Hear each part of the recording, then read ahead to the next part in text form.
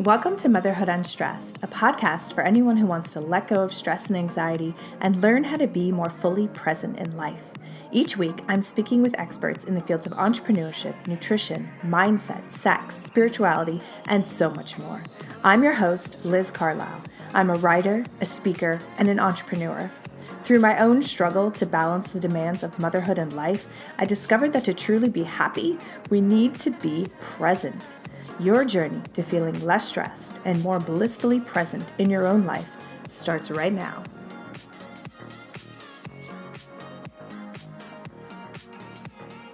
Hey guys, I'm so excited to share this episode with you. I actually bumped it up in its release because I felt the message was so incredible and so important and so timely, at least in my life. It's all about conscious parenting and how we can heal our own childhood wounds and programming in order to better serve our children so that we can be more trusting, more present, more respectful in their lives and create really a beautiful relationship between you and your children. I mean, the things that my guest today was sharing was just so thoughtful and so incredible. And she's been doing this work for years and years. She knows her stuff. Her name is Tamara Iglesias. She's the founder of Nest, which is a conscious parenting coaching company. And the work that she does is rooted in really helping parents heal themselves first and then heal their relationships with their children and really nurture that relationship so that their children have a voice. They feel heard, they feel listened to, they feel trusted, and then they trust you. And it's just this beautiful symbiotic relationship that goes on. And so I really think you're going to enjoy this episode if you've got little ones. But hey, as she says in the show, it's never too early. You can start doing this work when you're pregnant, and it's never too late. She said she's worked with parents who have teenagers who are almost in their 20s, and the incredible healing that they've experienced has been revolutionary. So enjoy the episode, share it with a friend. You know what I'm going to say? Leave us a 5-star review and tag us on your Insta stories listening to the show, whether you're on your walk or, commuting to work, whatever it may be, if you're at a red light, and share it out because this message truly is important. And I really want to get the word out about Tamara and her work and just creating greater relationships between parents and children all over the world. Enjoy. And this episode is brought to you by Motherhood Unstressed CPD. Guys, we are in stores all across the country. We are expanding every single day. I have been loving the collaborations that we've been having with local businesses in Atlanta especially. So if you are familiar with Banjo Cold Brew, definitely go check them out. They've started incorporating our CBD into their hibiscus cold brewed tea, which is incredible. Also, if you head on over to Nuts and Berries, they are the CBD Emporium in Atlanta. They have everything CBD, and the staff there is so knowledgeable. They're always having educational events. Go check them out as well. We are in Roots Pressed Juices in Buckhead. We are just taking over Atlanta, and I'm so thrilled. And a lot of it is because of you, the listener. You've gone to your salons, you've gone to your coffee shops, you've talked about Motherhood Unstressed, and then they've literally just reached out to me to say, hey, can you send us some? So keep doing that. Keep pushing, spreading the word, and we'll just have Motherhood Unstressed all over the country. And it's thanks to you. Thanks, guys. Well, hello, Tamara. Welcome to the show. I am so excited that you're here. I'm so excited to talk about conscious parenting and boundaries and your company, Nest, and everything that goes along with what you teach your clients. So thank you for being on the show today. You're so welcome. Thank you for having me, Liz. Okay, so let's just dive right in. Why don't you take us through your origin story, your background, and how it led you to being a conscious parenting coach and doing what you're doing today? Yes. So I wish this was an easy answer, and I'm sure I've shared bits and pieces all over online and bios. But honestly, it feels like it's been a lifetime to at least a 20-year journey getting me to here and getting me to really shifting all of Nest to conscious parenting coaching, which happened about 5 years ago. But a lot of the work that brought me here was my own personal healing journey. And I think a lot of coaches kind of go through that to be able to really tap in and give from a place of support and clarity. We have to do our own inner self-healing, our own journey. Mm-hmm. So that was a big piece of my world. And at 19, I had this big spiritual awakening where I really had to dig deep. And I kind of went through this self-healing process for many, many years. And during that self-healing process, after I left Wall Street, or even while I was on Wall Street, I got my health coaching certification and many others. And I dove into the wellness world pretty deeply. Quantum reflexologist. I got my master herbalist. I went and got my master's in vegan life food nutrition and all of this stuff journey, right? And I was doing health coaching for a while. And then it was really after I had my little girl, Scarlett, that this deep calling of conscious parenting came to me. I was kind of searching for support and outlets and things that aligned with my vision and who I felt like I was as a human. And I wasn't finding what I needed in one place. And that really kind of fast forwarded my journey to kind of relaunching Welliness to what it is now in the conscious parenting journey and coaching. So that's the short synopsis. I mean, there's so many pieces that led to it, right? And I would say the journey of a coach and a healer is a continual unraveling, right? I will always be working on myself. I will always be evolving so that I can show up to best support my clients and my families and my own family, my own little girl, and of course myself, right? We can't support others if we're not taking care of ourselves. Oh, 100%. And we're definitely going to get into that. But I love how you said, I'm always learning, I'm always evolving, because, if you meet a coach or even like a spiritual leader, religious leader, whatever, and they're just, I'm perfect. And this is, I know everything. Like I never, and people are smart, they never trust someone like that, because it's so inauthentic. So I love that you just said that. So what is conscious parenting? And, you talked a little bit about it in your bio, and that's what you're doing now. So for our listeners who aren't quite sure what that is, what is your definition? Yeah, I think I have a slightly different definition and approach than even some other people out there. I think my version of conscious parenting is a many-pronged approach, and it weaves in many different things. So the pieces of this, the overarching umbrella at the top of this is whole life wellness. It is self-care for mamas and papas. It is bringing the parents and the caregivers back into wholeness so that they can operate from a place of feeling full. So that's the first piece. And then the other piece of that is once we are trying to get to the state of fullness, it's also the unraveling, the reparenting of ourselves. How do we heal from the past so that we don't pass this on from generation to generation? So that first piece is so adult, parent, caregiver focused, right? Are we taking care of ourselves? Are we nourished? Are we whole? Are we aware of the pieces of ourselves, our subconscious programming, our insecurities, our fears, our limiting beliefs that we potentially pass down to our children? So that's a big piece. The other piece of my work and my definition of conscious parenting is, I like to call it the art of parenting, attention, respect, and trust, and then adding that with whole beings.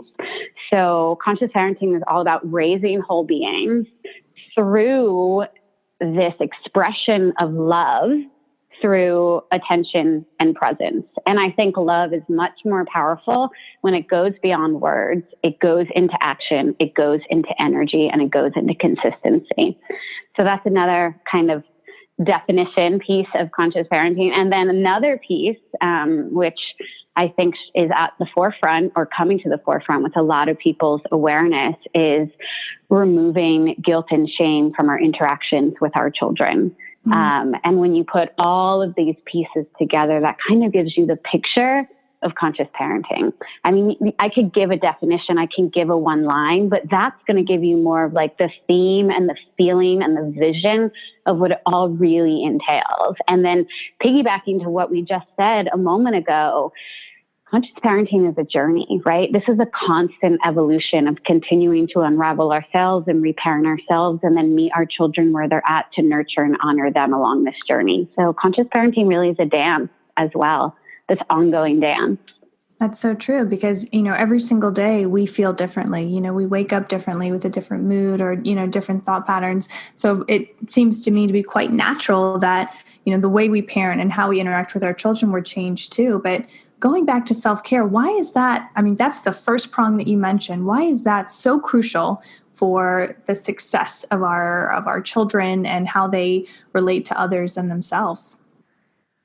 Yeah, I think self-care is so important because our levels of stress as a society, I think, are at an all-time high. And it's becoming a bit of an epidemic. And stress is the rise of disease and deterioration, the rise of stress within a human's nervous system. And remember, we're looking at preconception to as soon as a mama is pregnant, right? Those stress levels are getting passed down to our children in utero through our nervous system and through that connection. So self-care is vital to manage stress levels. I don't think it's even a luxury anymore, and it's something that we need to do sometimes. And I think the conversation is shifting, not do you do self-care, but to what self-care do you do? And it doesn't need to be this like high level of self-care. It's whatever you need to do to feel calm and grounded and nourished and to come to your relationship, not only with yourself, but to everyone in your family and especially your children.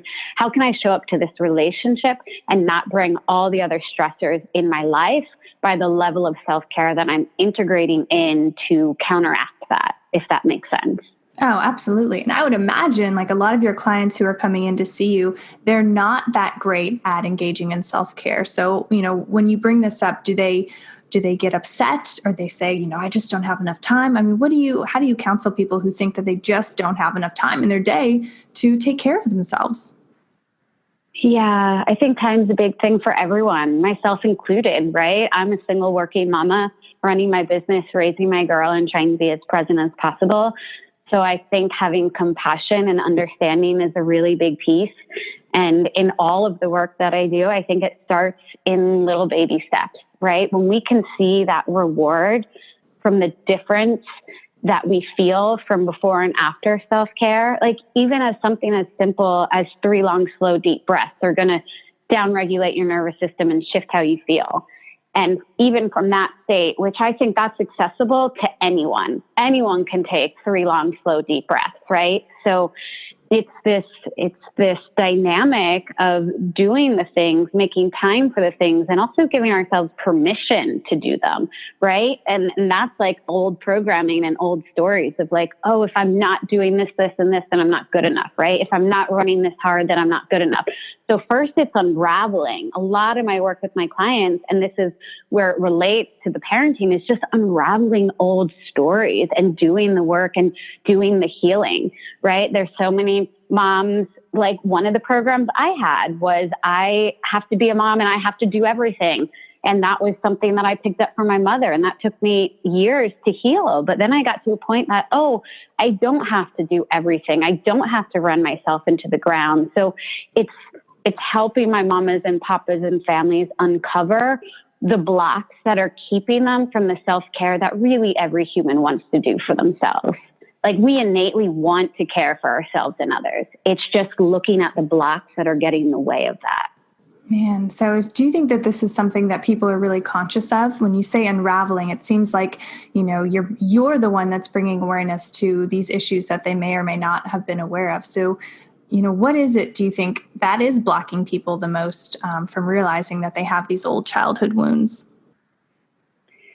I think a lot of it is just being seen, being heard, being held. I mean, my sessions can get pretty intimate and, it's a really beautiful, sacred space. Same with my workshops, but that one-on-one, like I can really dive in with my clients and really see them and really hear them. And I just help bring to light something that they basically probably, most of them intuitively know, but maybe are a little scared or a little fearful to bring to light because the fear of not being heard if they say it, right? Not being held if it comes up. And that's what happens, right? This is our programming from when we're really young.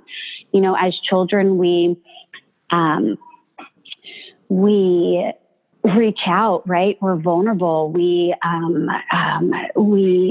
give all of our emotions and we're seen, right? And if that's not honored, right, and our feelings aren't met and our needs aren't met, then we go to that unhealthy conditioning of, okay, I can't, this isn't safe to share. This isn't safe to feel these feelings. This isn't safe, this, that, and the other.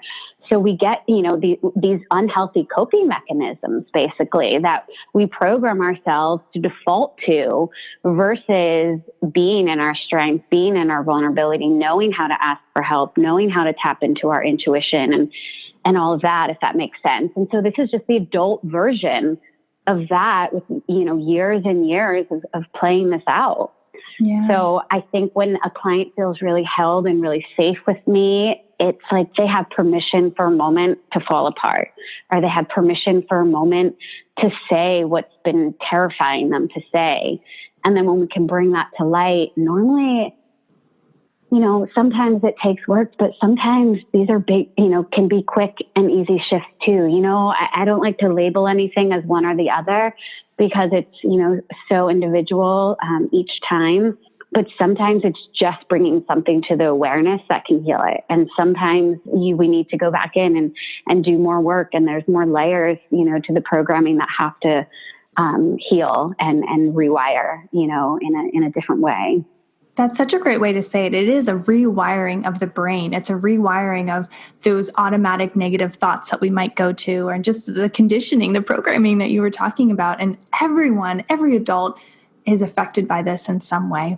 But when you were speaking, it was reminding me of the book, The Four Agreements. Have you read that by Miguel Ruiz? I haven't. I actually own it, and I haven't read it. No, it's so good because he talks about that. He talks about, children are so pure and so light, and throughout their lives, they get wounded again and again. And so when you're an adult, like you said, everyone would be walking around with like sores. If you could see the internal wounds that people had, everyone would have sores. And so they're afraid to touch other people or be touched by other people because they're afraid they're going to get hurt. And I think that's so true because it's like we go through life happens, things happen, and we are damaged by it. And if you don't bring that awareness, if you don't bring that healing back in, you do pass that down to your children, and then becomes a generational thing. So talk to me about, I love how you said in another interview that you did that you don't necessarily teach your child how to be, you model how to be. So can you talk to us a little bit about that? Yeah. So, goodness, there's so many ways to explain modeling, but I'll dive into some and then ask me more for more clarity. So many adults and parents feel like they need to teach their children by doing it for them and showing them and then having them copy, versus the more subtle awareness of just being in your power as a parent, being in the morale and the ethics and the love and the presence that you want your child to be without telling them to do so. It's like anything else. Imagine as an adult, what would you rather do? Come up with your own solution, have your own plan. Are you going to be more inspired by that, or more inspired by someone telling you how to do what you're going to do? Our children are craving independence and freedom, as well as safety and structure. So if we can find this balance of modeling this behavior to them, modeling the way that we move and trusting their body, modeling the way that we speak and trusting their language, modeling our manners and the way we interact with other people, and trusting our children to get there on their own time in their own way, is so much more powerful. One, we're gifting our children the opportunity to step into these moments from a physical, emotional, communication standpoint in their own way, on their own time, versus having the expectation that if you're in a teaching moment, right, that's a very limited moment. If you're saying, please say thank you when you do that, you're expecting them to do it right then and there, right? And if they don't do that, then there's this other layer of disappointment, right? Our children don't want to disappoint us. And maybe they're a little scared, or maybe they're nervous, or maybe that's not the way they would have said it, or maybe they would have had different language. And so when we just give them space to step into it in their own time, in their own way, and we just deeply trust, right? This is our version of trust. Like, trust goes both ways, right? When we deeply trust that they will get there, then they can feel that, not to mention that amazing accomplishment and just satisfaction when a child gets to have their own win, right? When they get to say thank you to a human for the first time, and that human, replies back to them with this big smile, and they get the joy of that human connection. Or the first time a child takes a step and it's not with your hand from holding the child up the whole time. Like, that's their win. That's their accomplishment. I remember the first time Scarlett, when I never helped her down a slide when she was a little girl. I trusted that when she was ready, to like climb up the little slide on the playground and go down on her own, that would be her time. And I didn't feel this need to do it for her. Like, there were so many other adventures she could have, but I'm trying to think how old she was. She was pretty young, but I remember that day so profoundly when she climbed up that playground and went down the slide on her own. The joy in her face is something I will never forget. It was like, Mom, I did this on my own. I've been watching these kids doing this my whole life, right? Because it was her whole life up to that point. And she did it on her own. And the same with like, please and thank you. I never told Scarlett, I never taught her manners, right? I modeled them her whole life. And one day she started waving to everyone at the farmer's market. And soon after that, she started saying please, and she started saying thank you. And she's one of the most empathetic, compassionate, like loving, kind humans I know. And I never taught her any of that. And she does all of it now. Wow. Yeah, she might've been a little later at some things than others, but it's hers. And I know when she says those words that she means it. And could you imagine if we had a population of people that meant everything they said, and that moved in a way that felt intuitively right for their body, and they were just so aligned with their self and the way they wanted to operate and speak and be and function and action? I just think that is one of the most amazing ways we can empower our children. Well, and that's the thing. It's empowering them to feel right in their body and to trust themselves and to trust, their ideas and have a voice. I mean, that to me, I remember sitting around the table and when I was growing up, and my parents would speak to us as if we were adults. We would discuss politics, we would discuss current events, and when you spoke, you were listened to, and it was of that of an 8-year-old. So, who knows what was said, but everyone was listening to you. And for me, I mean, that's probably why I'm doing this show, because it was like from a very young age, I felt like my voice mattered and I was, and I was smart. So yeah, you're absolutely right. Imagine how different the next generation could be if we all just gave these kids a chance and really did trust them. Because I see it, at daycare, nobody trusts their kids to be safe or to do anything, even washing hands. Like I see it, and I'm guilty of it too. I'm definitely not perfect, but you have absolutely changed the way I'm going to look at how I parent and how I'm going to interact with my children, just because, man, when they get that sense of accomplishment, it is a game changer for them. It is. Yeah. And I love what you said. And also, I also want to say, I want to come back to the listening, because what you said with your parents listening to you, I want to go back to that because that's so important. And I want to share something on it. And maybe I'll just share now. So when we slow down and really listen to our children I love asking, before you correct your children, before you step in, ask yourself, why do I want to correct them? Why do I need to correct the fact that, like, when little kids are little, like even if they call a horse a camel, like ask yourself, why do you need to correct them? Do you really trust in your body that as they grow up, they're not going to know the difference between them? And this is just one of a million examples, right? For example, a child maybe remembering something differently, like that they had beans yesterday, but they didn't remember. And they're like, I haven't had beans in a while. And the parent's like, yes, you did. You had it yesterday. Even that example, just deeply go back to how is this serving them by correcting them right now? Like, is this building up their life? Is this bringing value to their life? Or is this potentially, maybe a little bit of my ego, maybe some unconscious patterning that I got from our parents? Because I know my parents correct me all the time. Like, that generation was like, oh, my children will respect me. I need to correct them. They're less than because they're little. And I know my parents loved me, but that was just the mindset, from a lot of parents our age. So what if we didn't correct them? What if we even just changed our language? Like, oh, you feel like you haven't had beans in a while. That's it. We just validate them. Does it really matter who's right or wrong? Does it matter if they can't remember they ate beans yesterday? Does it matter if something's red and they're calling it pink? I trust that my child will eventually know the distinction between everything, and she's 5.5 and she does. But when she's 1, 2, like, trusting our children will get there.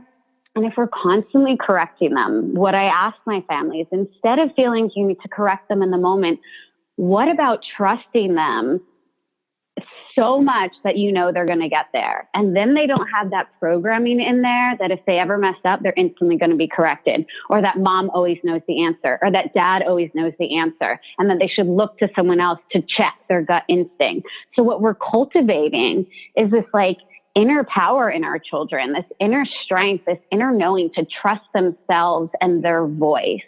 And I think that's one of the pieces, and that leads right into this active listening. You know, it goes right into like, instead of just kind of interrupting our children or correcting them all of the time, how can we kind of just mirror back to them? How can we give them a little space to maybe come up with it on their own without saying, I know you can do it, right? Like, that's the other extreme version. Right. So there is the honoring and giving them space.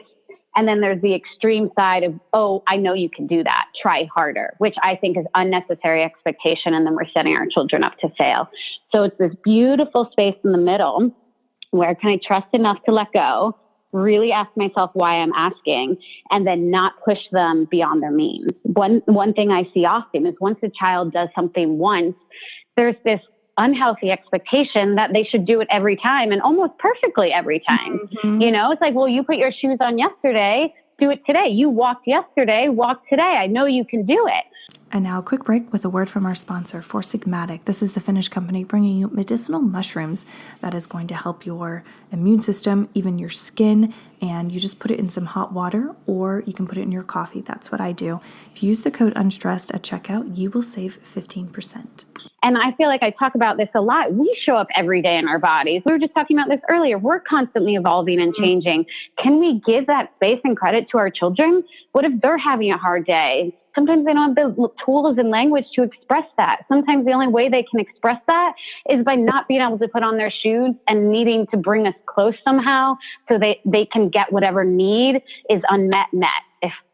Does that make sense? You know what I mean? They're saying, hey, this is the only way I know how to ask for help right now, is not doing something I did yesterday. And if we come in and we're like, I know you can do that yesterday, we're just like adding fuel to the fire. Oh yeah. And you're treating your child like it's a machine. You know, you're treating it like it's a robot who, you know, is automatically should be able to do things and know things and be able to react in situations when maybe they're tired, you know, or maybe there's something happened and they're upset. And so from what I'm hearing, it seems like you're saying just holding space for your children and being there, you know, there and with discipline and structure and things like that, but not just coming in like a helicopter parent and just directing the course of the day and everything that they do. Yeah, absolutely. And I'm not saying it's easy. I mean, this took me years of work to do, right? Like we love our children so much, right? We want to save them from pain. We want to save them from heartache. We want to save them from all these things. But really what we want to teach them is not to save them from pain. We want to give them the tools to save them from suffering, right? And if we remove all the pain, they won't know how to fail. They won't know how to fall. They won't know how to move through frustration. And then they will suffer, right? So what we do is slow down, step back, keep them safe, right? Especially when our young ones are young, we keep them safe, but we give them room to do what they need to do in their own way, on their own time, you know? And also on the other side of that is not limiting them. If we think something's not safe because we're scared. I remember Scarlett scaled a rock climbing wall for like probably 3 to 5-year-olds at 8 months old. What? She just had no fear. Totally. There's this rock climbing wall at this park near her house. And she was a baby and she was curious and up she went. And a lot of parents might have been like, oh my God, that's not safe. Or, just pick, a lot of parents would just pick them up and not even telling their children what they were doing, But I was like, okay, my girl is going for this. I need to stay behind her in a way that I'm like 2 inches away if she slips without touching her, interfering with her, or distracting her. And she made it all the way up to the top of that wall. And I almost cried because I was so shocked that my child could even do that. And if I had gotten in the way, then I would have robbed that experience from her. I would have robbed my eye-opening experience of the capabilities of my child, right? And it was just so beautiful. I trusted her. She trusted me. She made it to the top. My mind was blown. She was so excited. It was really beautiful. Amazing. This is such a metaphor. Oh, wait, she was not 8 months old. Sorry, she was 12 months old. I'm like, wow, how could she do that? She was 12 months old. Well, yeah, I don't know. She was not walking. It was pre-walking, but crawling, because she didn't walk till like 15 and a half months. But then again, right, I never helped her walk. And once she started walking, she was off. And it was amazing. And I didn't help her go up and down stairs. It was so beautiful to witness her growing up. We would get to the curb on the end of a sidewalk in a street, and she wouldn't need my hand at a very young age. This is like a 16-month-old. She would gauge with her own foot. I'd see her go up and down with one foot, like how far it was going to be, if she could do it. Because she trusted her body. She was so in her body. And she trusted her own, gut instincts and awareness that she would do those things on her own. And so I didn't have to run after her thinking she was going to do something that wasn't safe. To this day, I've literally never had to run after her. I trust her judgment so much in all ways. And unless she asks me for help, I don't step in. That's amazing. I mean, the amount of self-control just that you had to have for yourself. I mean, because I'm putting myself in your shoes. I'm thinking of what I would do. And especially when my boys were really young, I don't think I would have had the control. So bravo to you for having that self-awareness. I'm jealous. Well, one, I have a girl, right? So less of a risk taker. So the dynamic changes, right? There's a much more active keeping your child safe with boys, right? I mean, I've got some clients with 5 boys. I know what that's like. It's a very different situation. But yeah, honestly, it was some of my deepest work, all of this, not stepping in, not wanting to correct her, not wanting to fix her. I mean, I had to reparent myself, right? I had to reprogram myself to where my knee-jerk reaction then became nothing, right? Versus one of the hardest things for me, top 5 hardest things was not overjoying every time she did something to rob her of the experience. And this is one way you cultivate independent play in your children, is when they do something not overly clapping and good job. And we basically become so big that we take over the moment. Yeah. And then we interrupt their play, we interrupt their process. And then it becomes this reward program. Oh, when you do this, I have this big reaction and appraisal as your parent. So that was the hardest thing for me. Well, one of the hardest things was slowing down enough and getting to this subtle, neutral place with my girl where I could just give her a smile and a look where her whole world would light up because she knew she was seen and loved and acknowledged without taking over. Everything she did was magical. I mean, I literally could watch her play for hours. I was just in awe. Most of us, especially our first children, we're in awe of our children. Every time they do something, it's just so incredible, and we want to celebrate them. But I think in that celebration, there's a way to honor the joy we're feeling and honor the process they're going through and find this more neutral, subtle dynamic that is just as rewarding to both of us. We just need to lower the volume on it, if it makes sense, right? Mm-hmm. And that has been vital to me, especially as a single working mama. My girl will play now for hours on her own. Mm-hmm. Her play is sacred. She opens her day with play, she plays all day, and she ends her day with play. It's literally how she processes her world. She needs it. And I saw that in my girl, and I cultivated it. And I know it's a tool that she'll be using for many, many years to come. And I know that play will evolve into the adult version of play, something that we probably all need more of. Yeah. And I wouldn't be surprised if she chose a line of work where she was fully engaged, fully happy doing what she was meant to do, because she didn't have all of this other noise in her life, or, crazy expectations from someone else, or I have to do this in order to be loved or in order to be seen as successful. Like, she'll be doing whatever she chooses to do. It will be something that she really enjoys. I can just sense that. I love that you shared that literally yesterday. I don't know how it came up. She was telling someone, she was like, when I grow up, I want to be a ballerina. And they said, well, why? And their first answer was, well, because I just started ballet last week. That was so beautiful. But then right after that, she goes, but I only want to be a ballerina if that's what my body tells me I want to do. Wow. And my jaw almost dropped. I was like, oh my goodness, this child, my teacher. Yeah. I mean, she literally told someone, this is what I do, and I only want to do it if my body, I mean, she was basically saying, if that's exactly what I'm supposed to do, if my body and my spirit and my soul is telling me this is my purpose.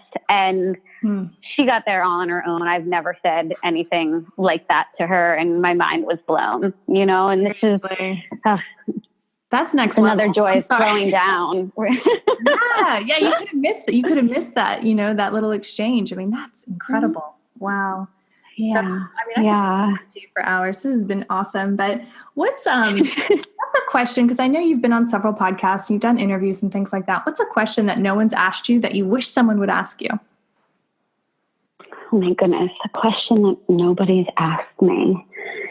I mean, really what resonates in me often is I want to, and maybe it's not talked about on podcasts, is I just want to acknowledge how intense this journey can be. And I know the work that I speak about, and I know conscious parenting, it's not the easy route initially. It's not. This work takes more work up front. And I'm very forthcoming with that and very honest about it. But I want to really emphasize that we get rewarded on the back end. It makes parenting easier in the long run. It gives us permission to do our own self-healing and our own work. And then in that, right, we're gifting our children this different future, this way more aligned and liberated future, while also going through the healing journey of ourselves, which, as we talked about, this is an opportunity for us to evolve. And like any great reward in life, we have to put in the work. It's like having the expectation of having a great marriage without doing the work, or having the expectation of having a best friend, but never giving anything to your best friend. I mean, this is a give and take dynamic. And we will receive so much.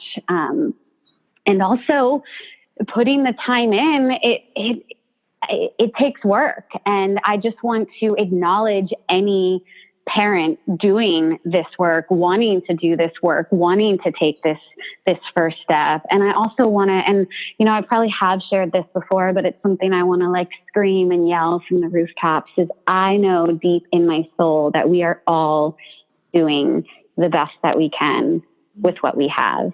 And I also think we all need more support. This is just the way that our world should be working, right? We should be able to reach out and ask for help and have more tools and have more resources.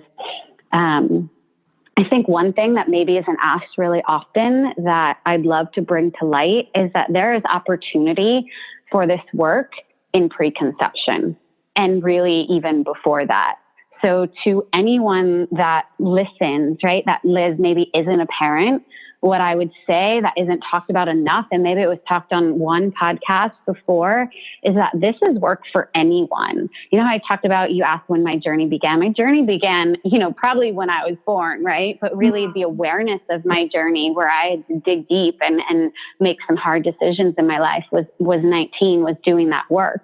So if we can start this work beforehand, then we are coming to the table more equipped and more prepared. I mean, I got the download in 2009 that I was having scarlet.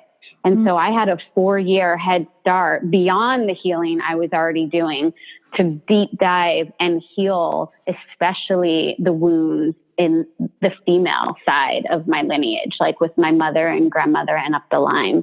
Wow. So I think a big takeaway is like, how can we bring conscious parenting into just conscious communication, conscious relating, conscious relationship, conscious connection, and be in this conversation and raise this awareness even before we are in crisis? Because unfortunately, I would say 95% of my clients come to me when there's a problem, right? When the negative behavior gets too big, when the triggers from their children are starting to really affect them, when the flow of the home is starting to, feel chaotic, right? And you're losing that ease and that grace, because this work is so much easier when it's done from the beginning, right? Our children can pivot. They are forgiving, they are flexible, they are mobile, and they will. I love sharing the, story of working with my mama a year and a half ago with a 19 and 21-year-old daughter, and how we helped heal that relationship and shift their dynamic. It's never too late. So I want to put that out there, like the one extreme, that it's never too late at any time. I mean, I feel like I'm still healing my lineage, and like, what a gift to give to, my ancestors and all the future generations to come, my grandkids and so on and so forth. And so there's that one extreme that it's never too late, and it's also never too early. Yeah. And just raising that awareness, we can start to do this work in pieces when we're not in crisis, right? When we're not super stressed out, when it's not, if this doesn't happen, then I'm not going to be able to parent tomorrow. Right. So I feel like if I could put, it may not be a question that I haven't been answered, but maybe like a PSA is something that I want to speak to more and more. And like, my dream would be all of my clients are coming to me pre-conception, and we are doing the early stages of this work beforehand, so that from the very beginning, the programming of the nervous system in utero and all the way through is consciously, and there's a consciousness to it, so that we are aware. And we are never going to be perfect. I am not a perfect parent, and this is the work that I do, and this is literally what has come. Parenting is one of the easiest things I've done compared to everything else. I was sharing this with you earlier on, like, being Scarlett's mom, that's one of the easiest things I do. Like, having to manage all the other things and run a business and this and take care of my girl, like, that's stressful, right? That's where I need my self-care. That's what I need this. But if we could, begin to implement this ease earlier on, I think it would really shift the dynamic. And I know that this journey is hard. And I know that this brings up so much for so many, and many of us, especially if we've got some really deep programs, and we've got to change those like neuro pathways that have been running on repeat for years and years and years. We've got to let those die off and build new neuro pathways. That takes work, all of this is why changing our language, changing our reaction, the way we respond to ourselves and our children, it takes work, but I think it's some of the most rewarding work out there.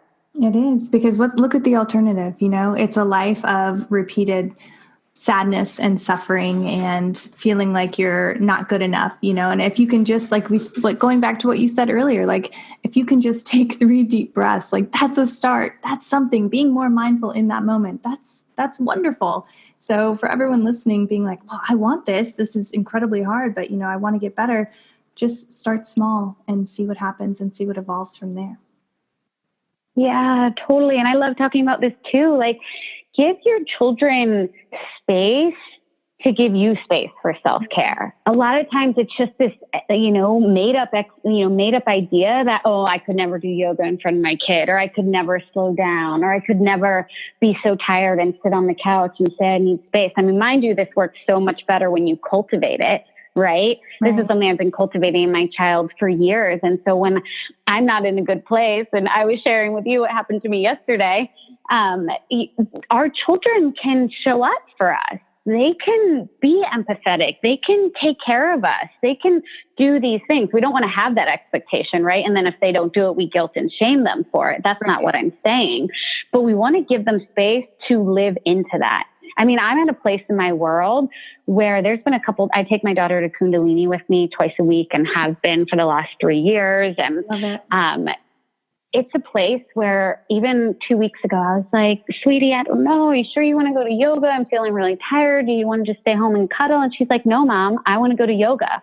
Let's go. And so she's like keeping me on my self-care program and ritual now because it's so deeply ingrained to her. And I really think on an energetic level, it's this amazing reset for her, and her soul wants it and her soul needs it. I mean, she's around 50 people meditating, and gong meditations and all this. That probably feels amazing to her. And she passes out and falls asleep in it. So she's just getting those downloads while she's half asleep for the second half of the class. So, and our children are really good at expressing what they need. So if we listen, we cultivate that in them, and then they will continue to ask for what they need. So we really want to find ways to, and this is some of my biggest work with my clients, is to open up the conversation, to extend the conversation, and to keep the conversation really safe with our children. When we accuse them of lying, or we don't have space for them to share, or we talk over them, or we don't come back and revisit really uncomfortable situations, all of this sends messages and programs that don't come to me for your stuff, or I won't give you space to talk, or this isn't a safe space, or these aren't things that, our family talks about. So this is really important, and so much healing can happen in these conversations. Because one thing, we're never going to be as perfect, right? There's always going to be like slightly traumatic events and ups and downs in our life. But it's how we relate to these traumatic events. It's how we are in conversation about the ups and downs, how we are in conversation about our slip-ups as parents. Everyone's going to blow a fuse. We're human. I don't know anyone. I mean, even me, I've a couple times I've yelled, and I thought I would never yell. I know. I mean, honestly, I did not yell for 2.5 years. I don't know how it didn't happen, but one day, and I think I've even shared this on a podcast before, Scarlett was in this cycle of peeing in her car seat, and it was just really triggering me. And she told me I had to pee, and I went to pull over, and then she didn't have to, and she peed, and it just triggered something in me, and I yelled, and oh my God. I mean, I was traumatized. I was how bad I felt after, because, and we talked about it, right after, as soon as I got home, I took her out of the car seat. I told her, I was just went into it. Scarlett, I yelled. I did not want to yell. That did not feel good. I was so frustrated, and I couldn't see her face, which is why I think I actually yelled, because what stops me from yelling is actually her. She just comes in, and we've got this code and this thing, and she knows when I'm about to get upset, and she knows how to bring me back, and I know how to bring her back. And we've just got this dynamic now, but I couldn't see her face because I kept her facing backwards in her car seat till almost 3. So that was it. Not having that connection with my girl and just being in my crisis, I yelled. And it was okay. And now, anytime I get upset, she's so good, and we talk about it, and she's like, Mom, it's okay. I knew you were frustrated. I'm not going to do that next time. And she literally, I don't even have to tell her the boundary most of the time, because she will literally communicate the boundary to me now, which is amazing. So 1, we get to talk about it and find that healing with each other. But 2, I get the reassurance of the parent that she's hearing me from all the other times I've said the boundary, because she's saying it to me before I even have to say it back to her. And mind you, she's over 5.5, right? So this is 5.5 years in the making, just to set some realistic expectations. But, years ago, I would repeat it back, right? And share. And once we were both in a very calm, once our nervous systems were both calm, then I would repeat the boundary again and share and make sure that, she heard me and we heard each other.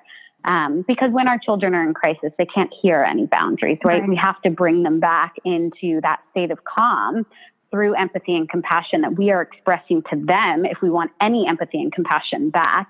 And then we can revisit what we would have liked, or remind them of the boundary, or figure out what the plan is, or, ask them what they could have done different next time, and be in conversation with them and give them space. If we're just talking at our children all the time, they're not going to have a voice, right? I loved what you shared earlier. Like, your parents helped cultivate a voice in you. They slowed down. They listened. These are some of our most powerful parenting techniques. Right. Taking And it's care of absolutely ourselves. accessible. It's absolutely free. Like, everyone can do this if they just slow down, like you said. Yeah, we can all slow down. Absolutely. And we can give space. It's slowing, not saying anything. I mean, that should be easy. What parent doesn't want to slow down and not have to say something for a moment? I mean, that sounds like a vacation, right? I'm just gifting out vacations here.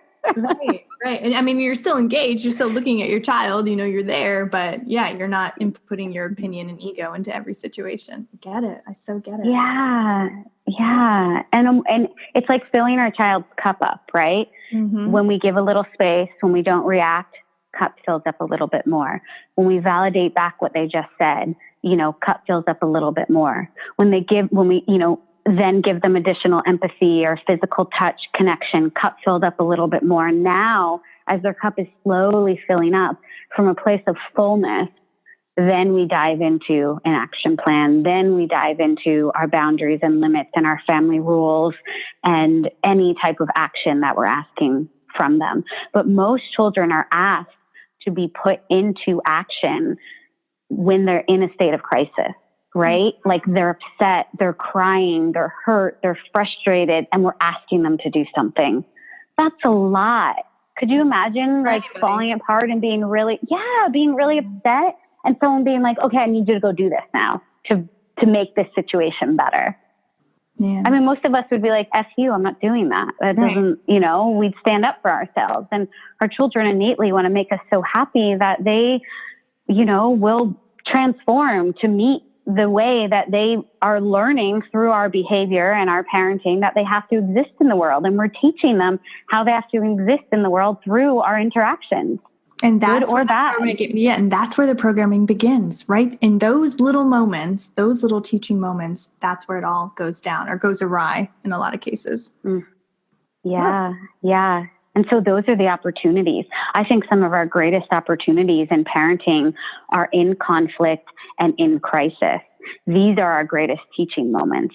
These are when we teach our children and give our children the tools through their mirroring and through their existence and how we handle the experience for them, with them, to them. Yeah. So that's when we should be teaching, right? But teaching through our own presence, our own morale, our own compassion, our own understanding, our own slowness, our own, let's down-regulate our nervous system first. Mm-hmm. We can't go in and help a child who is having a hard time if we're going in fight or flight, right? We need to calm our nervous system down so we can help calm their nervous system down. It is not our child's job to calm us down. It should never be our child's job to calm us down if we are both upset, right? Like, that's when it becomes too much. That's when it's unhealthy. Like, if you have a moment and you snap at your kid, that's going to happen, right? It just is. But if you wait for your kid to come to you to check in on you to make sure you're okay, that's where the lines blur and that gets unhealthy. If we snap, if we go to our children, we tell them, we own it, and we use the I, right? I love direct communication and always coming from a place of I. And I think one of the biggest things missing in parenting is personal boundaries. This is why we lose our I, because we're not in practice of stating our personal boundaries from the very beginning. So our children, they don't even know where our breaking point is because we're not in the habit of communicating to them. Right. If we are in communication of what we can do and what we can't do, what works for us, what doesn't work for us, when we start to get heated, when we're at our halfway point, when we're getting to our boiling point, if we're not communicating this every step in the way, how can we possibly expect our children to meet us or to shift their behavior to meet our needs if we're not expressing them? And I think this is actually a trait across the board in all relationships, where there's this underlying thought process that someone else should know our needs and meet them. Now, that's our job as parents, to tune into our children enough to observe them to meet their needs, but it's not their job to meet our needs that we're not expressing. And in an adult relationship with two people, it is not either party's job or responsibility to meet the unexpressed needs of another human. But in expressed needs, yes, that's where two people come together and compromise. This is what you need. Are you able to? this is, and then they get a choice. Okay, I hear your need. That's not something I'm capable of right now. But at least everyone's feeling heard and honored in that situation. And we have that opportunity as parents to say that to our children. You're really needing that right now. You're really wanting me to play with you. I want to play with you. I can play with you later. Right now, I need to go to the bathroom and I'll be back in 5 minutes, or whatever it is, right? So that's hearing their need. It's honoring them. It's expressing our needs. It's telling them what's possible, when it's possible, and all of that. But that is a respectful interaction between parent and child, right? Validating our child, hearing their requests, telling them that we honor it, telling them when we can do it, if that's possible, telling them what our boundary is, what needs to potentially happen first, and then when we can meet their need. And obviously we want to meet our children's needs as quickly as possible, but it's also a little bit of a dance. And I always say this, begin to stretch things out a little bit. This is how we cultivate patience and understanding in our children. We don't want to make them wait 20 minutes, but a great example of this is I nursed Scarlett for 4 years. We did a very extended breastfeeding thing. Yeah. But when she was 12 months old, I got this hit, and maybe even younger, that I started to need, it was over 12 months old. I needed a little space and personal boundaries with my body. So she would come to nurse and I would say, soon we'll get milk, soon. And it was a little bit, and it just started that dynamic of me expressing that I, as her mom, have needs too, that I see her needs and I will meet her needs. But at the same time, I am in this continual expression of my needs too. And then this is how we cultivate empathy in our children too. One of the ways, right? We also do it in conflict with our children in so many other ways, but this is one way we cultivate empathy with our children. We can't force them to respect us. We can't force them to empathize with us, but we can cultivate it in these small moments. Right. So she would begin to wait and she'd go back to play. And then next time she asked, I would nurse. And this was the beginning of me spacing it out. And so then this is one reason I was able to breastfeed so long, is that my body was honored. And it then became a compromise between the two of us of how often I wanted to breastfeed, how much she needed it. We had night weaned at that point, but I still nursed throughout the day. And then it became less. And towards the end, it was only nursing in the morning and at night. And those were my limits, that I wasn't available for more, but that was our dance and it worked really well. And I loved that I nursed her for so long. I mean, she's one of the healthiest kids on the planet. And I'm so grateful for that. And, it's not something I even share that often because most people are 4 years. That's crazy. But it's recommended 2 years and that's what we needed. Right. And that was perfect for us. But that's just such a great example of where I expressed my needs. She met them. And I cultivated this extension and this patience and this understanding and of an extremely empathetic child. Now, mind you, every child's different. I have a very sensitive child. So creating empathy and cultivating empathy in her, I feel has been easier. It may be different with another person, but I felt it's been easy. Having a really spirited child with a lot of energy, there's different tools and techniques, right? You have to sometimes come with it in a different approach. So it's really meeting your child for who they are and where they're at, in addition to circling in and weaving in who you are and where you're at and your individuality. So it's this blend of everyone's pieces coming together in a way that works for everyone, to the best of everyone's ability in that moment. It's so true. It's taking care of yourself. It's taking care of that relationship. It's being the driver in this kind of exchange. And, ultimately it is going to be up to us for this to unfold. But I think at the same time, as overwhelming as this kind of probably seems to a lot of people listening, it's really empowering. It's putting in me a sense of hope that things can always get better, that things can always improve, that you are, yes, doing the best that you can, but, the relationship can grow and expand through generations and just continue to evolve and just get better and better and better and just create better and better people for the world, which is just so encouraging to me because we definitely need it. I always end with some of the similar questions and they're in rapid fire form. So I would love to give those to you now. Sure. Okay. I believe in. Humanity. Love it. I'm grateful for? My daughter, this work, presence. Love it.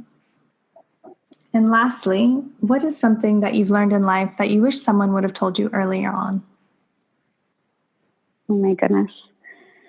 That I am worthy of anything that my heart desires and chooses. I'm worthy of love. I'm worthy of success. I'm worthy of healthy relationships. And that I am so fully loved, accepted, and appreciated. And the only person that can really stand in my way is me. That's beautiful. I think everyone listening can repeat that to themselves every morning and have a wonderful day. I hope so. I hope so. I think one of my deepest, wishes is for every child to grow up feeling loved for who they are and not what they do. And I definitely ran some program of feeling that the more that I did, the better I was. And I think a lot of us have that programming. I grew up on the East Coast and it's really fast. And I think if we all grew up knowing on the deepest level, on the subconscious level, that who we are is just who we are, and that's enough, and not even labeling it as good or bad or right or wrong, but that. And I think having that essence, we would all interact with each other differently. We would relate to the world differently. We'd relate to our children differently. We would relate to love, money, success, all of it differently. There would just be an ease that I think is innately in us that gets deprogrammed out of us that we all then try to find again. And I would just love that to run fluid through us always. And I know that's a really deep wish, but I would just love us all to see each other in that way. Oh, I love it. And I feel like the work that you're doing, me being able to share your message with my audience, that is spreading. It is bringing that into people's awareness and even in their subconscious. So it is making an impact, whether you believe it or not. It's happening right now. And you're part of that. You're doing it. I love that. Thank you so much. And I want to share one thing, what you said, yes, this is really, it can be intense work. And what I see is you can see the reward of it right away. I don't think I've ever worked with a client that hasn't within that first week seen a shift. When we shift the energy in our home, this, I'm sure this, in the work that you do. And when we just even shift our intention and our energy, we start to see changes in our physical world. So just that one shift can bring this awareness oh my God, it can be easier. I can keep doing this. And I know I err. So a lot of times when I speak to the extreme because there's some people out there that want that, but know that this work can start with anything. It can literally start with just how am I not going to say no to my child? How am I just going to come up with, oh, I can't let you do that, or I don't want that right now? Just that. How do I experiment with using different words outside of no? How do I experiment without and stopping putting out my hand when my child is going for a step and just taking a breath and holding that for a moment? It can be these little tiny things. Let me just try this one thing. Let me see how this one thing works. And then just get to the other side of that one thing and wait for the shift and wait for the change and let that be the driving force to help you take that next step. I love it. It's alchemy. Yes, totally. Okay, so where can everyone find you online? What are your best ways to reach you? Yeah, so all things Welliness, so WELLYNEST, that's Welliness, that's my brand. You can find me on Instagram, that's probably where I am most. I'm also on Facebook, and you can find everything on my website as well. I'm just still enrolling people for my virtual conscious parenting course, which actually starts on May 15th, which is really exciting. Yeah. And so with mamas and papas from all over the country and the world. So that's really exciting. And there's my contact information on my website. Always reach out to me or DM. I try to be as accessible as I can as a single working mama that wants to give once nothing time to my girl every day. But I do try to make myself I want to make myself as available as possible. So, yes, those are the many ways to find me. And, yeah. I love it. And all of that, of course, will be in the show notes. If you're walking your dog right now or on your commute, don't worry. I got you. This was so wonderful. This was just an amazing experience. You are an angel. Thank you so much for sharing your light and being on the show today. Oh, thank you so much. This was an absolute joy. And I so enjoyed meeting you, if only virtually. This was magic. Thank you. Thank you. Hey guys, I hope you love this episode with Tamara. I love speaking with her. Everything that she was saying completely resonated with me. I'm already thinking of ways that I can tweak how I've been acting and interacting with my boys and trusting them more and being more present and communicating when I'm starting to get a little heated instead of just jumping to full-blown mom rage, which I'm sure if you're listening to this, whether you have children or not, you've been there. So yes, definitely share this episode with a friend. Leave us a 5-star review, screenshot it on your Insta stories and tag me. Because really that's what this show is all about. It's about helping people get better and improve their lives, improve the way they are in the world. And when you share it, you're helping someone else who potentially would never have heard of the show. And then you're sharing it and they're like, oh, let me check this out. And then they hear something that completely could change their lives, from a guest that we've had on. I mean, that's powerful. That's incredible. So for me, having a show like this is pure magic. I mean, it's just incredible to be helping people. And when I hear back from you guys, when you do share it on your Insta stories or you message me directly, it completely expands my heart and it keeps me going and it lets me know that this is exactly what I'm supposed to be doing. And I just love it. So I really do appreciate it when you share it or leave a review or, just give some indication that, yes, this is reaching someone out in the world. So I just appreciate you guys so much, and I'll see you next time.